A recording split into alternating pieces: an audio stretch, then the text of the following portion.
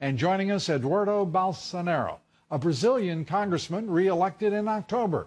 And he is also son of Brazil's president-elect, Jair Bolsonaro. Congressman, great to have you with us, and congratulations to you, to your father, the people of Brazil.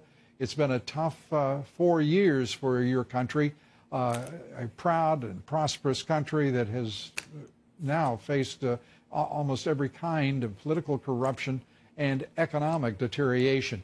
A huge number of challenges for your father to lead the nation against. Good evening, Louis, and everybody.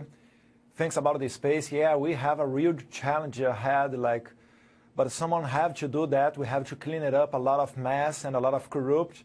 And that's also why my father just named it as the next Justice Minister of Brazil, the Judge Sergio Moro, who is in the head of the car wash operation.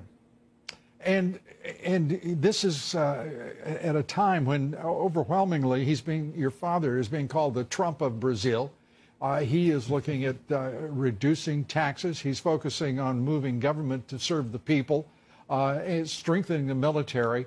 And many do not understand how important Brazil is to this hemisphere.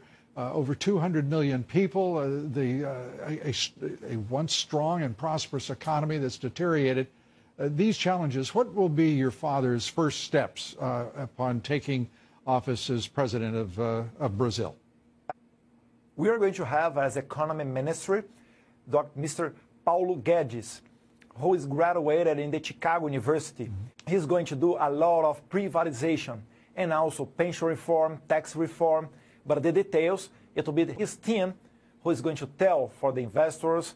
But anyway, we are really looking forward because Brazil is changing from a huge socialism to a much more liberal economy.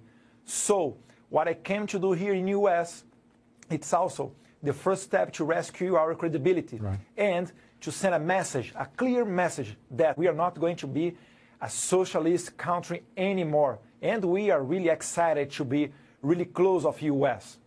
And I know that Americans are excited that you are headed in that direction because prosperity follows a strong capitalist economy, and we can't find, we always look, because people keep wanting to talk about socialism, we can't find a successful socialist country on the map. It's the same.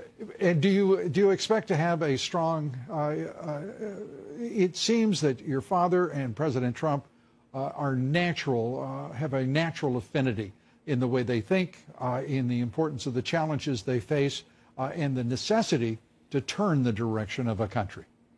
Yes, my father, as Trump, he doesn't follow the politically correctly. So what he thinks, he tell people. If you are going to like it or not is up to you. Like, we are not the kind of politicians that are going to do everything to receive your vote. So we really say that we prefer much more be closer of U.S. than another countries. Also, we would love to change the embassy of Brazil from Tel Aviv to Jerusalem in Israel. We are looking forward to non-recognizing the last election in Venezuela, where you have much more than 80% of people that didn't go vote. So a lot of stuff that is going abroad are happening around the world, and the people just have to wake up and do the right thing. Well, every journey begins with a first step, and obviously you and your father and Brazil are ready for that step. You've already taken it.